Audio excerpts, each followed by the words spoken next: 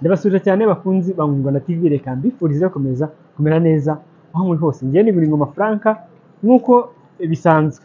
Rero uyu munsi ngiye kubabwira umubare ngiye kubabwira reka ko basezeranya imibare. Ngiye kubabwira amakuru ya drone mu Rwanda. Drone mu Rwanda zahageze ryari, zikora gute, zikoreshwa gute, kuyikoresha bisaba iki, zahageze ryari, nyine this and that kuri drone mu Rwanda. Ubundi drone zageze bwa mbere mu Rwanda ku itariki 14 z'ukwezi kwa 10 mwaka wa 2016 zizanywe na company yitwa Zipline. Icyo gihe zaje ubwo Perezida Paul Kagame yatangizaga serivisi ya mbere yo gutanga amaraso n'imiti hakoreshejwe drone. Igihe bikaba byaratangiye mu karere ka Muhanga mu ntara y'Amajyepfo. Rero ku bantu batazi Zipline niyo navuga ngo ifite drone nyinshi mu Rwanda, niyo ikoresha drone. Zipline ni ikigo gitanga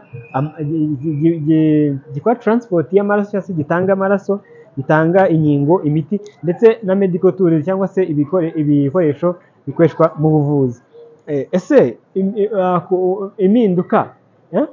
impinduka za drone mu Rwanda ni izi? Ni ukuvuga ngo uyu munsi kuba drone zarageze mu Rwanda zisigaye zikoreshwa mu bintu bitandukanye. Yumva nyine nko mu gutwara imiti. Mbere hakoreshwaga imodoka, ugasanga amambutiyaje, ugasanga niyo ari kuvana imiti hano yijyana Nyagatare, Kigali yijyana Nyagatare, ugasanga nyine bifasha amasaha 3-4, ariko ubu ngubu drone biba ari iminota mikeya cyane kandi nyine biba bifite n'umutekano. Uyu munsi urumva ko nyine transport n'ubuvuzi bwateye imbere. Ikindi byateje imbere tourism.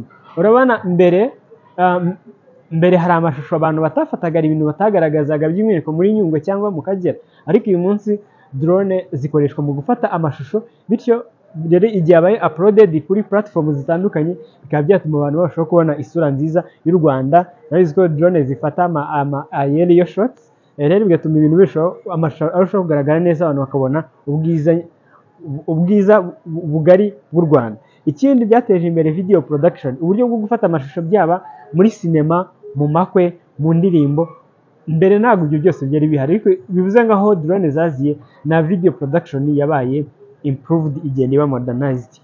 Rero mwakoze ngo se mbere drone zitaraza mu Rwanda hakoreshwaga iki nko mu bigendanye no gufata amashusho? Kuko abenshi bazi ko drone zikunda gukoreshwa mu gufata amashusho. Mbere mwakibaza ngo hakoreshwaga iki, kandi twarabonaga aerial shots. Nubwo ama aerial shots numve ko ari ya shusho cyangwa ya ifoto cyangwa video umuntu ashaka gufata ari hejuru, ikintu kiri hasi cyane. Mbere hakoreshwaga indege, helicopters, ariko wenda bagafata indege ya kajugujugu cyangwa indege runaka yaba jet, bakagenda bakazenguruka Nyungwe barimo barafata, bafite kamera barimo baragenda wenda bafata ahantu runaka. Ubwo buryo bikaba navuga ngo byari bigoye cyane ko byari bihenze. Urumva nyine indege, ntabwo gufata indege itandukanye na drone, kandi bigatwara n'umwanya munini, bikaba binagoye cyane. Mu gihe drone ari automatique, ukiraho ikintu kikaba cyakikoresha. Ariko ubu ngubu ibintu navuga ko byabaye ibintu biri easy, biri cheap kandi biri faster. Ubu ngubu navuga ko nyine izo sectors eshatu zose, byaba mu buvuzi, byaba muri tourism, byaba muri video production, byateye imbere, bimaze gutera imbere no kurushaho kugaragara neza kubera ko hari ikoreshwa rya drone mu Rwanda.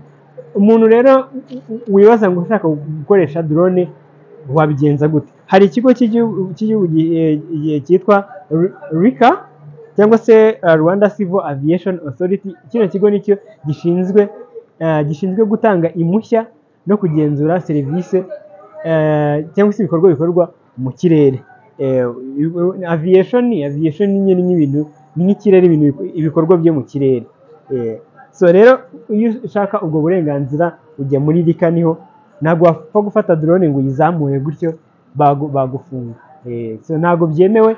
Rero ku yandi makuru ushaka kujya kuri nuza website ya RICA ukareba nyine amabwiriza, rules and regulations z'umuntu ushaka gukoresha drone mu Rwanda. Rero kuza utse mu Rwanda hamaze kugera drone zingahe?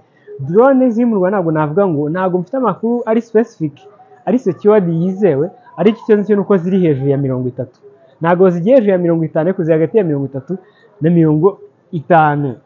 Ya rero nizo zikoreshwa ku munsi.